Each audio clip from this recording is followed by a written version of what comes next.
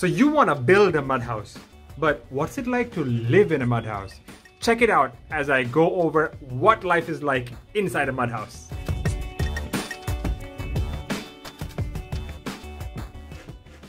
If you're watching this video, or you've watched other mud house videos, then you're definitely looking at maybe one day building a mud house. Let me tell you, it is one of the most awesome experiences out there. And I've been living in the mud house for the past 6 months, and I'm going to give you a tour of the whole thing. And I must say, I'm just totally loving it. There's something so nice about living in a structure that you are part of building. And secondly, also the fact that the structure you built has a lesser carbon impact on the planet than just a traditional concrete structure, right? So I'm going to take you guys inside and show you what my mud house looks like. So before we start going into the house, I want to show you around the mud house, how life is around it. Now this is the way in, right? And this is the front veranda. We're going to get into information about the front veranda in a bit, but I kind of want to show you what's around. So if you follow me here, this is basically my farming area where I've been experimenting. At OurLand, we've been doing quite a bit of work with agroforestry. So this is a whole bunch of different things that we're trying to grow and to plant. Like we have a star fruit over here. I've got some tomatoes over here.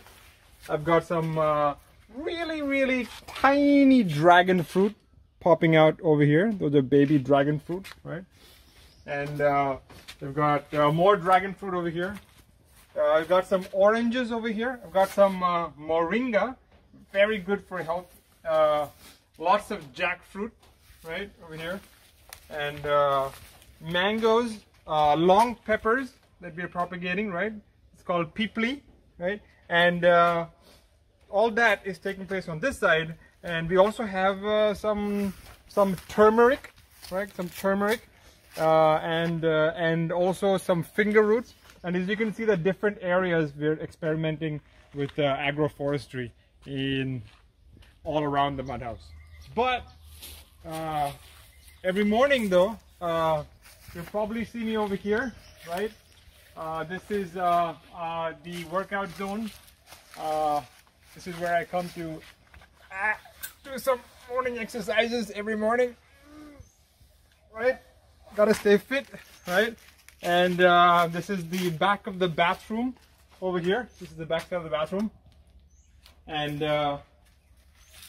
here is the way up into the second floor, and also the lovely balcony off the second floor. Lovely place to be in the evenings. But yeah, that's going to be later in the video. But if we come around here, this is our this is the external pipe. Remember that most of the water from OurLand comes from rainwater harvesting, and that water then is funneled all the way here and comes all the way through here.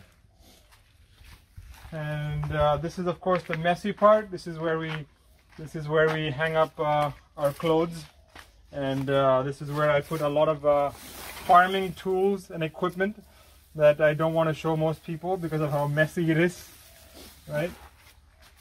And here you can see it's a lot of cow dung. We're usually using a lot of cow manure to constantly plant trees. And here you can see some of the new bananas that we planted, right? And there's a whole bunch of other things that we're continuously planting in the agroforestry zone, right? Some over here is some custard apples, right? And a tiny papaya that is starting to make its way through. All right, so that's a lot bit about the outside of the mud house, just to show you that basically all around us is nature, and there's a lot of jungle around us, and elephants, wild elephants, do come around here often. So I'm going to go inside into the structure and show you what's on the inside.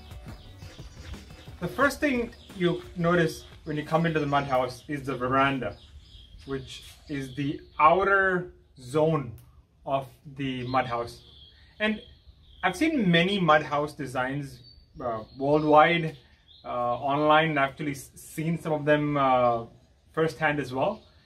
And some of them don't have this veranda, but I feel that a veranda is a really, really important space of anyone's house. The reason is it's the kind of space between two worlds. So it's outside of the inside of your house, but it's not yet completely the outdoors altogether, right? It allows you to be within the safety of your house, but yet explore or watch the world outside of you, which is quite an important thing. And you'll also notice the fact that we do have this wall all around the veranda, right? The wall is about almost 80 centimeters to a meter high, and it goes all the way around. This is the entry of the mud house itself, which is a veranda, but just a little lower down. And the reason for that is that it keeps out some of the creepy crawlies. Now, if you didn't have this kind of protected space, then pretty much everything from spiders and centipedes and scorpions, basically all of them would just be easily be able to access the front door of your house, and you kind of want to keep them a little away. The other benefit of the veranda is that you can also get it really dirty. Right, so I do a lot of plant-related stuff over here. Like today, I am going to be transplanting some of the seedlings over here into the bags that I'd gotten ready already.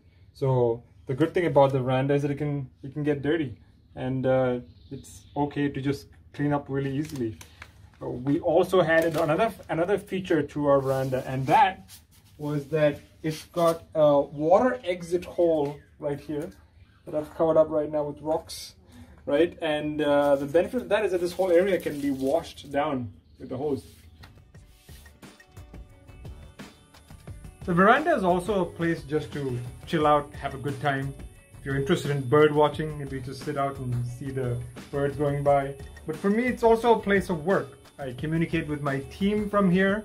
I get a lot of work done on the laptop from here.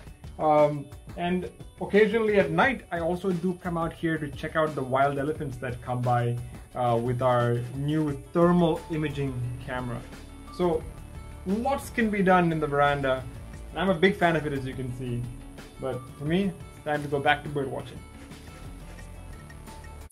So hope you enjoyed the living in a mud house part 1. And if you want to know more about how it is with life on the inside, then join us next week on part 2. And in the meantime, don't forget to like and subscribe.